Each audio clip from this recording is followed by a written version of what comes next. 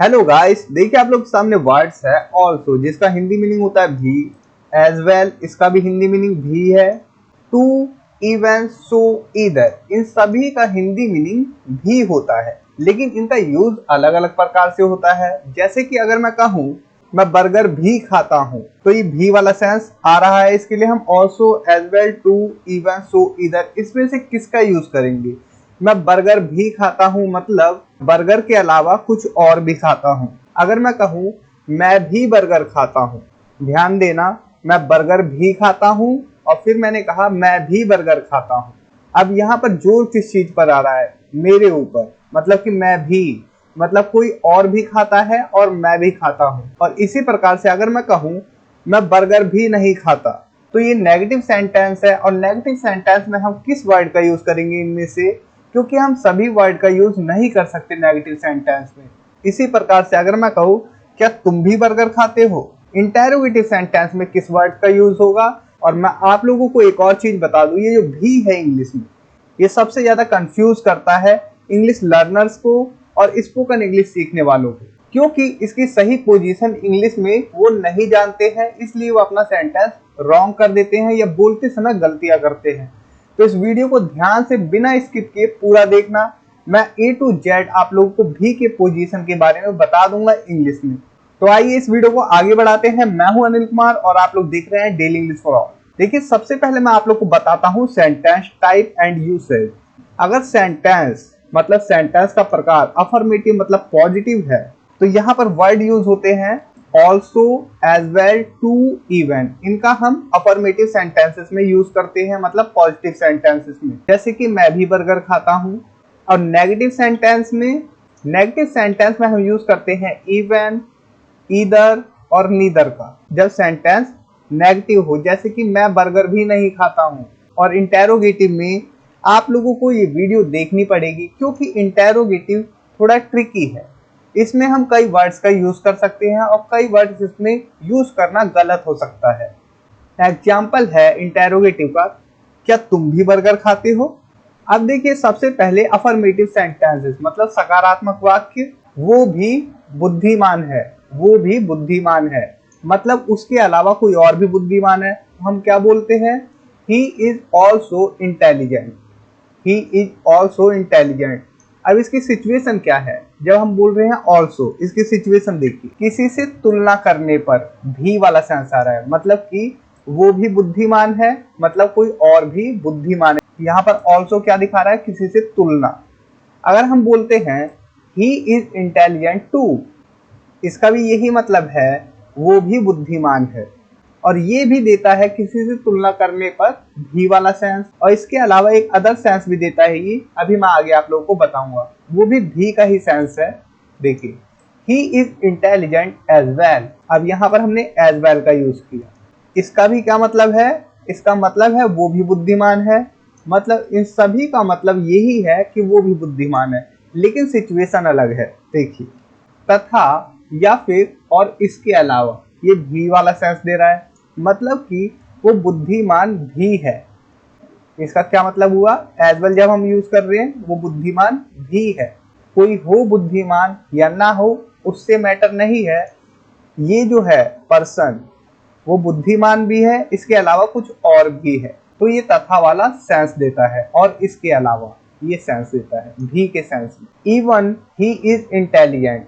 अब देखिए, यहाँ तक कि, इवन का क्या मतलब है? यहाँ तक कि, और ये भी वाला सेंस देता है। तो जब हम कोई चीज एक्सेप्ट नहीं करते, तो वहां पर हम जोर देने के लिए इवन का यूज करते हैं, जैसे कि इवन ही इज इंटेलिजेंट, यहाँ तक कि वो भी बुद्धिमान है। तो ऑल्सो का यूज करते हैं सब्जेक्ट के बाद या मेन वर्ब से पहले। लेकिन अगर कोई लिंकिंग वर्ब मतलब हेल्पिंग वर्ब है, तो उसके बाद हम ऑल्सो को रखते हैं। जैसे कि यहाँ पर इज है, तो इसके बाद हम ऑल्सो को रखेंगे। टू और एज वेल, इसका यूज करते हैं हम सेंटेंस के अंत में, जैसा कि आप देख सकते हैं यहाँ पर टू और यहाँ पर एज वेल। इवन का यूज हम करते हैं सेंटेंस के स्टार्टिंग में। और इवन का यूज हम करते हैं जब सरप्राइज या अनएक्सपेक्टेड चीज हो, मतलब कि जिसकी अपेक्षा ना हो वो चीज हो। सब्जेक्ट प्लस भी, इवन और ऑल्सो का यूज करते हैं सब्जेक्ट प्लस भी के लिए। ऑब्जेक्ट के लिए भी टू या एज वेल का यूज करते हैं। अब यहाँ पर नीदर ईदर तो आया नहीं, अभी आप देखेंगे क्यों। अब एग्जाम्पल देखिए, मैं भी बर्गर खाता हूं, तो हम इसे कैसे बनाएंगे, I also eat burgers. Next, even I eat burgers. इसका क्या मतलब हुआ, यहाँ तक कि मैं भी बर्गर खाता हूं। समझ में आया। इवन का यूज कर सकते हैं जब सब्जेक्ट पे जोर देना हो, या फिर ऑल्सो का यूज कर सकते हैं। अब सेकंड देखिए, मैं बर्गर भी खाता हूं, आई ईट बर्गर्स टू। मतलब मैं कुछ और भी खाता हूं और बर्गर भी खाता हूं। तो हमने यहाँ पर देखिए सेंटेंस के लास्ट में टू को रखा, आई ईट बर्गर्स एज वेल। तो हमने देखिए एज वेल का भी यूज किया यहाँ पर सेंटेंस के लास्ट में। तो इसका क्या मतलब है, ये दोनों बर्गर पर जोर दे रहे हैं, बर्गर भी। और यहाँ पर क्या है, मैं भी, I also, even I. Okay, समझ में आ रहा होगा आप लोगों को। यहाँ पर ये ऑब्जेक्ट के बारे में बता रहा है, भी, बर्गर, एज वेल, भी, और यहाँ पर आई ऑल्सो, मैं भी, इवन आई, मैं भी।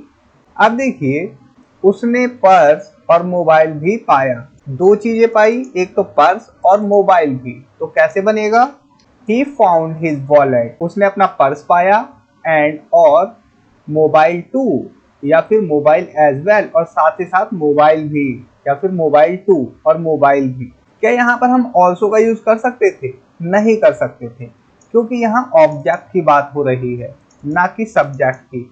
अगर यहाँ पर होता उसने भी पर्स और मोबाइल पाया, उसने भी, तब हम ऑल्सो का यूज कर सकते थे या इवन का यूज कर सकते थे सब्जेक्ट से पहले। अब देखिए नेगेटिव सेंटेंस कैसे बनेंगे, वो भी बुरा नहीं है, मतलब कोई और भी बुरा नहीं है और वो भी बुरा नहीं है। तो देखिए, even he is not bad, even he is not bad, वो भी बुरा नहीं है। He is not bad either, he is not bad either. Either का यूज करते हैं हम नेगेटिव सेंटेंस के लिए, या फिर इवन का यूज करते हैं, ऑल्सो का यूज नहीं करते हैं। ईदर केवल नेगेटिव सेंटेंसेस में उपयोग होता है, ये भी याद रखना। ईदर और इवन का नेगेटिव में यूज करते हैं, और ऑल्सो का नहीं यूज कर सकते, टू का यूज नहीं कर सकते, और ना ही एज वेल का यूज कर सकते हैं। देखिए, ऑल्सो का, एज वेल का, टू का, इवन का यूज अफर्मेटिव सेंटेंस में हो सकता है, लेकिन नेगेटिव में केवल क्या चलता है, इवन, ईदर या नीदर। मतलब कि नेगेटिव सेंटेंस में हम ऑल्सो, एज वेल या टू का यूज नहीं करते हैं, और इवन का यूज हम नेगेटिव अफर्मेटिव दोनों में कर लेते हैं, क्योंकि ये सेंटेंस पर जोर देता है। अब देखिए इंटेरोगेटिव सेंटेंसेस, प्रश्नवाचक वाक्य। क्या तुम भी इंग्लिश बोल सकते हो। First sentence, can you speak English either. ये वाक्य गलत है। Can you speak English either, क्या तुम भी इंग्लिश बोल सकते हो। Next, can you also speak English, can you also speak English, क्या तुम भी इंग्लिश बोल सकते हो। करेक्ट है, ऑल्सो का यूज कर सकते हैं इंटेरोगेटिव में। Can you speak English too, क्या तुम भी इंग्लिश बोल सकते हो, या फिर क्या तुम इंग्लिश भी बोल सकते हो। ये दोनों सेंस देता है। तो टू का यूज कैसे करते हैं, वो ऑब्जेक्ट पर भी जोर डाल सकता है भी के सेंस में, या फिर सब्जेक्ट पर भी। तो देखिए इंटेरोगेटिव में इधर का प्रयोग नहीं किया जाता, इसलिए यहाँ पर ये सेंटेंस रॉन्ग है। अब देखिए स्पेशल सेंटेंस स्ट्रक्चर यूजिंग भी, जैसे कि सो और टू। एग्जाम्पल है, किशोर पढ़ता है और रामू भी। Kishore studies and so does Ramu. आप कहेंगे ये कैसा स्ट्रक्चर है, एंड सो डज रामू। सबसे पहले हम सो को रखेंगे, उसके बाद डू या डज को रखते हैं, और उसके बाद जो भी पर्सन है उसे रख देते हैं। तो किशोर स्टडीज, किशोर पढ़ता है, एंड और सो डज रामू, और रामू भी। तो यहाँ पर सो का यूज किया हमने भी के सेंस में। स्ट्रक्चर क्या है आप लोगों को अभी पता चले। नेक्स्ट, किशोर स्टडीज, किशोर पढ़ता है, एंड रामू डज टू, और रामू भी पढ़ता है। अब रामू के बाद डज का यूज किया। देखिए स्ट्रक्चर, जब हम सो का यूज करते हैं तो ऑक्सिलरी वर्ब मतलब हेल्पिंग वर्ब को हम सो के बाद रखते हैं, जैसा कि यहाँ पर है, और उसके बाद हम सब्जेक्ट को रखते हैं। और जब हम टू का यूज करते हैं तो देखिए सब्जेक्ट को पहले रखते हैं, जैसे कि ये रामू है, उसके बाद ऑक्सिलरी मतलब हेल्पिंग वर्ब डज का यूज किया, उसके बाद टू को रखा। और ये डज क्यों आया, क्योंकि ये रामू है, ये थर्ड पर्सन सिंगुलर है, और यहाँ पर रामू तो बाद में आया, तो डज पहले क्यों आया, तो इसी के अनुसार यहाँ पर डज आया। अगर यहाँ पर यू होता तो यहाँ पर डू होता। अब देखिए नीदर ईदर स्ट्रक्चर, किशोर नहीं पढ़ता और रामू भी नहीं। नेगेटिव में हम ईदर या नीदर का यूज करते हैं। किशोर डजंट स्टडी, किशोर नहीं पढ़ता, एंड नीदर डज रामू, और रामू भी नहीं पढ़ता। किशोर डजंट स्टडी, किशोर नहीं पढ़ता, एंड रामू डजंट ईदर, और रामू भी नहीं पढ़ता। तो स्ट्रक्चर देख लीजिए, नीदर का जब यूज करते हैं तो उसके बाद ऑक्सिलरी वर्ब अकॉर्डिंग टू इस वाले सब्जेक्ट क्या आएगा, और उसके बाद सब्जेक्ट। और जब ईदर का यूज करते हैं तो सब्जेक्ट, उसके बाद ऑक्सिलरी वर्ब मतलब हेल्पिंग वर्ब, उसके बाद ईदर आता है लास्ट में। रूल क्या होता है, नीदर पॉजिटिव हेल्पिंग वर्ब के साथ आता है और ईदर नेगेटिव हेल्पिंग वर्ब के साथ आता है। देखिए यहाँ पर ध्यान देना थोड़ा, नीदर डज रामू, और यहाँ पर रामू डजंट ईदर। डजंट का यूज हुआ मतलब कि नेगेटिव, डज मतलब पॉजिटिव हेल्पिंग वर्ब। तो नीदर का जब भी यूज करेंगे तो नेगेटिव हेल्पिंग वर्ब कभी यूज नहीं करेंगे, मतलब नॉट नहीं यूज करेंगे, क्योंकि नीदर खुद ही नेगेटिव वर्ड है। अब देखिए conversation style example, short replies, जैसे कि मैं व्यस्त हूँ, मैं भी। अगर आपसे किसी ने कहा मैं व्यस्त हूँ और आपने कहा मैं भी, तो आप कैसे बोलेंगे। मान लीजिए किसी का नाम ए है, उसने कहा आई एम बिजी, मैं बिजी हूँ, तो आपने क्या कहा, मैं भी, तो आप बोलेंगे मी टू, या फिर सो एम आई, सो एम आई, मैं भी, या फिर मी टू। इसी प्रकार से मैं क्रिकेट नहीं खेलता, मैं भी नहीं। अब देखिए यहाँ पर ये नेगेटिव है, मैं भी नहीं, यहाँ पर क्या था, पॉजिटिव था, मैं भी, तो हम टू का यूज कर सकते हैं या फिर सो का यूज कर सकते हैं। पॉजिटिव में आई डोंट प्ले क्रिकेट, मैं क्रिकेट नहीं खेलता, तो हम कहेंगे मी नीदर, मैं भी नहीं, या नीदर डू आई। ओके, तो आपको समझ में आया होगा इतना। अब देखिए मी टू या मी नीदर इनफॉर्मल इंग्लिश में बहुत आम बात है, मतलब कन्वर्सेशन में सबसे ज्यादा यूज होता है। सिंगुलर नाउन विद ईदर, हम ईदर को एक वचन संज्ञा के साथ प्रयोग करते हैं, जैसे शुक्रवार या शनिवार को आओ, कोई भी दिन ठीक है। कम ऑन फ्राइडे और सैटरडे, शुक्रवार को आओ या फिर शनिवार को आओ। ईदर डे इज ओके, कोई भी दिन ठीक है। ईदर ये भी वाला सेंस दे रहा है, कोई भी दिन, डे, ठीक है, कोई भी दिन, ईदर डे इज ओके, ठीक है। ऑल्सो का सही स्थान और जोर, ऑल्सो का प्रयोग सब्जेक्ट के बाद या मेन वर्ब से पहले होता है। ये सब्जेक्ट या एक्शन वर्ब पर जोर देता है, ऑब्जेक्ट पर नहीं। Example, I also eat burgers, मतलब मैं भी बर्गर खाता हूँ। इजिकल टू, और लोग भी खाते हैं, मैं भी खाता हूँ, मैं पर जोर है, यहाँ पर भी, मैं भी। ऑब्जेक्ट पर जोर देने के लिए क्या इस्तेमाल करें, देखिए जब आप कहना चाहते हैं कि मैं बर्गर भी खाता हूँ, तो टू का यूज कर सकते हैं या फिर एज वेल का, क्योंकि ये सेंटेंस के अंत में आते हैं और ऑब्जेक्ट पर जोर डालते हैं।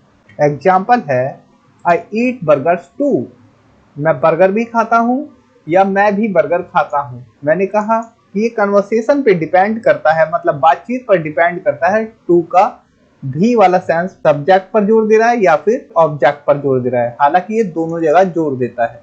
आई ईट बर्गर्स एज वेल, ये साफ साफ जोर देता है ऑब्जेक्ट पर, मतलब कि मैं बर्गर भी खाता हूँ, मैं कुछ और भी खाता हूँ, इसके साथ साथ बर्गर भी खाता हूँ।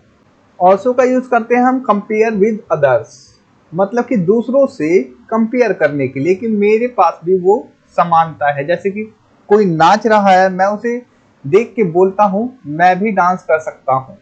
जैसे मैं भी परीक्षा में पास हुआ, मतलब कोई और भी हुआ, कंपेयर कर रहे हैं अपने आप को। I also pass the exam, और लोग भी पास हुए, मैं भी हुआ, समान तुलना है। अगर हम इवन की बात करें, कंपेयर विद सेल्फ, मतलब खुद से कंपेयर करना, और लीस्ट एक्सपेक्टेड, मैंने भी पास कर लिया। Even I pass the exam, मैंने भी एग्जाम पास कर लिया। या फिर हम कहें यहाँ तक कि मैंने भी एग्जाम पास कर लिया, मतलब मुझे खुद भी यकीन नहीं हो रहा, अपेक्षा के विरुद्ध है मेरी, मैं तो सोच रहा था पास नहीं हो पाऊंगा, बेकार पेपर गया, इस प्रकार से। Even I pass the exam, तो इवन का यूज आप लोग को पता चला होगा भी के सेंस में। और मैं आप लोगों से कहना चाहूंगा, अगर आप लोग जल्दी से जल्दी इंग्लिश सीखना चाहते हैं और सही इंग्लिश सीखना चाहते हैं, कन्वर्सेशन सीखना चाहते हैं, स्टोरी सीखना चाहते हैं, या फिर स्पोकन इंग्लिश सीखना चाहते हैं, सभी के लिए तो डिस्क्रिप्शन में मैं लिंक दे रहा हूं अपने पीडीएफ ई बुक स्टोर का। वहां से जाकर आप लोग पीडीएफ जरूर बाय कर लें, जो कि इंग्लिश सीखने के लिए काफी ज्यादा इंपॉर्टेंट है। और मैं आप लोगों से ये भी कहूंगा कि पीडीएफ बंडल को बाय करें, जिसमें आप लोग को 5 पावरफुल पीडीएफ एक साथ मिल जाएगी, जो कि आपको हमेशा काम आएंगी। जीवन भर आप लोग कहेंगे कि वाकई में ये कोई पीडीएफ थी। तो लिंक डिस्क्रिप्शन में है और अभी उस पर काफी डिस्काउंट चल रहा है। अगर आप लोग चाहें तो जाकर वहां से बाय कर सकते हैं। तो इस वीडियो में इतना ही। Thanks for watching, take care, bye.